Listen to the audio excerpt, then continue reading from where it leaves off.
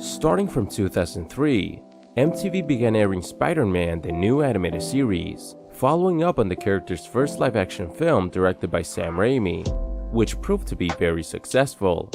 And this show directly tied itself with the movie by referencing specific plot points and using a Spider-Man design reminiscent of how he was depicted on the big screen.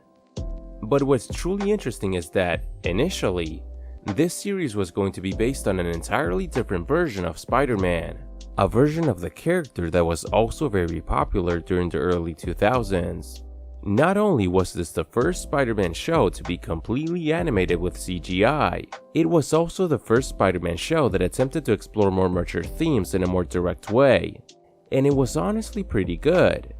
But if that's the case, then why was the show so short-lived? And what were their original plans before deciding to base the series style on the Sam Raimi movie?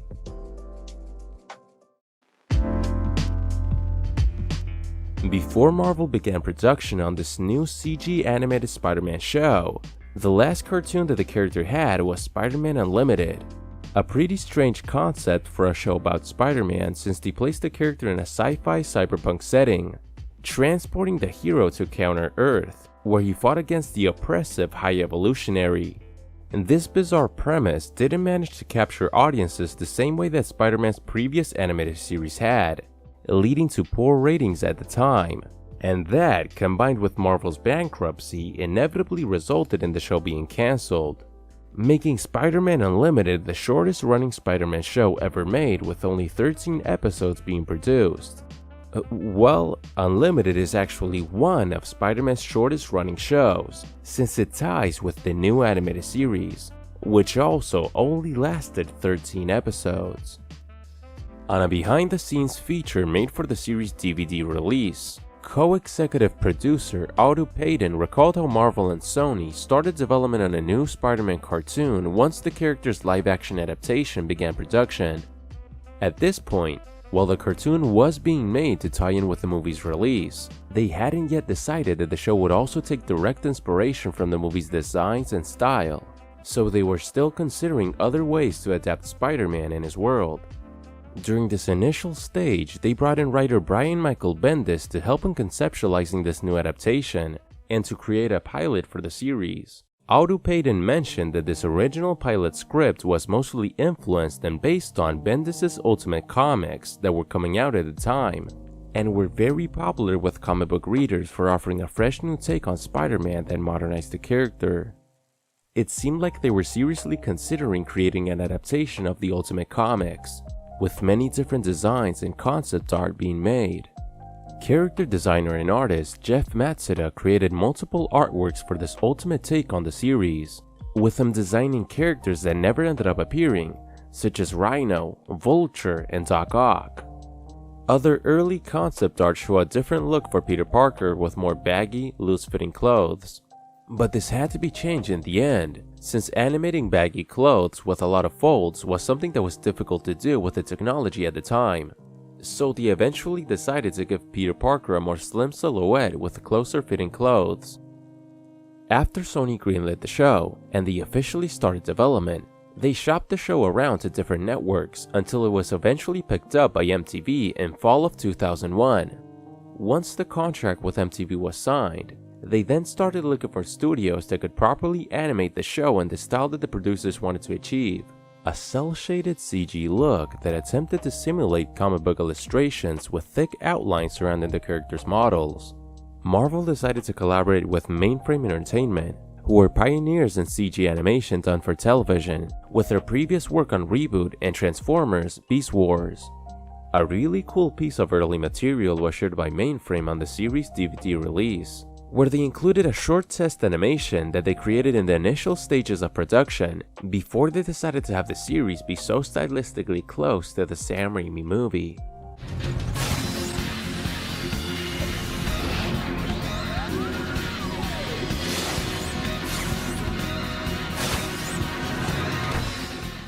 As we can see, this design for Spider-Man does look more similar to how he looked in the comics at the time, particularly in the Ultimate comics. And it's very interesting to see how the show could have looked if they hadn't decided to follow up on the live-action film. As the series was being produced, Sony decided that they wanted this new show to take more cues from the character's live-action film, which is understandable since there was a lot of hype surrounding the project before its release, and it of course went on to become a massive hit afterwards.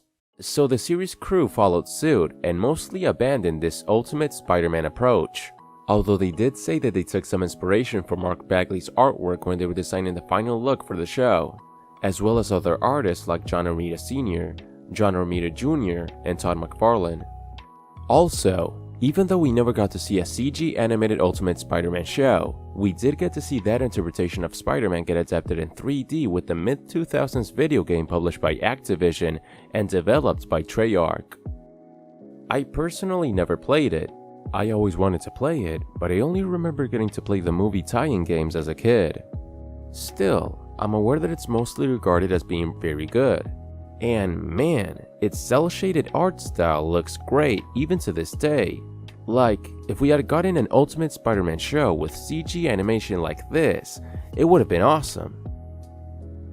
Whenever Marvel and DC start development on one of their movies, it's normal for them to also produce tie-in material meant to coincide with the release of that superhero movie and take advantage of the character's increased popularity, as a means to give said character a bigger push behind them. A lot of their animated shows have origins that are directly tied with different movies. Usually, these shows tend to have their own style and unique, separate identity when compared to the films that they are associated with. But Spider-Man the New Animated Series presented itself with a presentation that stayed very close to its movie counterpart. As soon as it begins, it leads us to believe that the events of Spider-Man's first movie had just recently happened. It picks up with Peter, Harry, and MJ attending college, and also references specific plot points from the film, such as the upside-down kiss that Spidey and MJ had in the rain, or Norman Osborn's death and Harry's belief that Spider-Man was the one that caused it. Spider-Man's a crook. No news there. Harry, I get that you think Spider-Man killed your father. On account of he did? Of course, once the second Spider-Man movie came out, it immediately made this cartoon non-canon, since it never referenced anything that happened on the show and even contradicted it. For example, during the series, Dr. Connors had become the Lizard and seemingly died, but in Spider-Man 2, Dr. Connors was completely fine and had never become the Lizard. So we could say that the new animated series likely takes place on a universe where similar events to the first movie happened, while still being its own separate continuity. Although it is a fun setting for a show, it's cool to see how villains like Kraven or Silver Sable could have looked like with early 2000s designs that sorta give us an idea as to how they could have looked in live-action movies. Another interesting thing is how they somewhat kind of connected Spider-Man's movie iteration with Daredevil's, given that the show introduced Michael Clark Duncan's version of the Kingpin. I remember watching this as a kid and being kind of blown away by it. I had already seen both the Spider-Man and Daredevil movies, so in my little kid mind, I took this as foolproof confirmation that both of these movies took place in the same universe. Of course, that was just the headcanon of my kid self, but it is fun to think about, and the show even alluded to the X-Men existing as well. This isn't studying. It should be no big. Why not just go to a party like everyone else? Just because I'm not like everyone else? I bet the X-Men get to go to parties. As mentioned previously, the series only lasted for 13 episodes before it ended up being cancelled by MTV, allegedly due to poor ratings. But even though it didn't manage to find an audience, it was still a legitimately good adaptation of Spider-Man that attempted to explore more mature themes in a way that no other Spider-Man show had done before. The best storyline from the show, in my opinion, was Max Dillon's descent into becoming Electro. They reinvented the character as a young student that attended college alongside our main cast, and we saw him getting bullied and ostracized by his peers due to his awkward and antisocial nature, even though all Max wanted was to fit in. As you can imagine, Max inevitably gets electric powers, and I commend the show for portraying in a believable way the violent manner in which Max took his revenge, since it made us understand how his retaliation came from a place of deep isolation, rejection, and frustration with an environment that only abused him. This arc served as an allegorical way for the writers to tackle a really sensitive topic such as school shootings in a competent way, and it's the best storyline from the show in my opinion. They don't understand! Max, you can't do this to innocent people! No one is innocent! No one!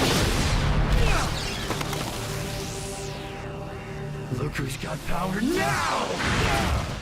Besides this, there were multiple times on the show where they talked about or directly addressed characters dying.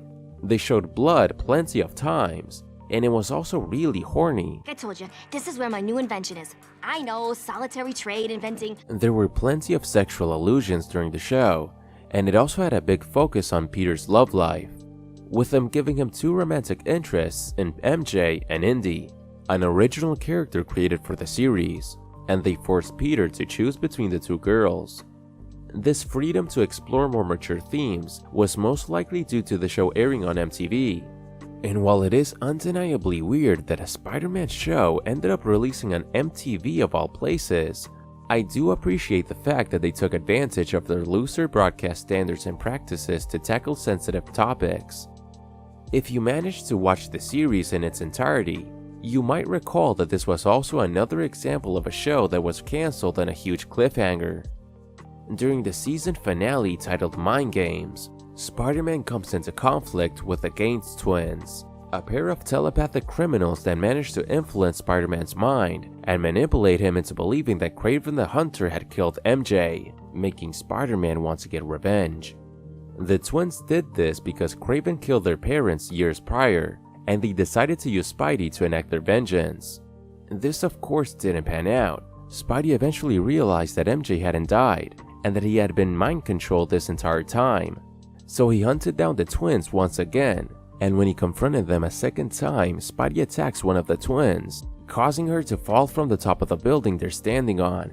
But it's revealed that Spider-Man was again being telepathically manipulated, and we see that the twin he was attacking and fell off the roof was actually Indy, who was left in a coma by the end of the show. This was a pretty dark storyline that addressed the consequences of leading a dangerous life and how it can affect those who are close to you.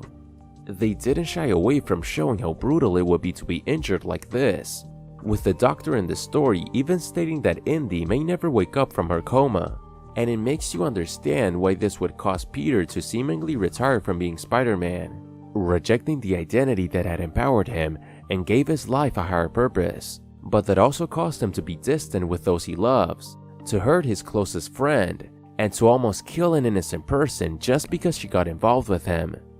While it's said that the show met its cancellation due to poor ratings, another thing that probably played a part in it not being able to capture a solid audience was the fact that MTV aired the show completely out of order, making it harder for viewers to properly follow the series' continuity as the writers wanted to, probably contributing to its cancellation.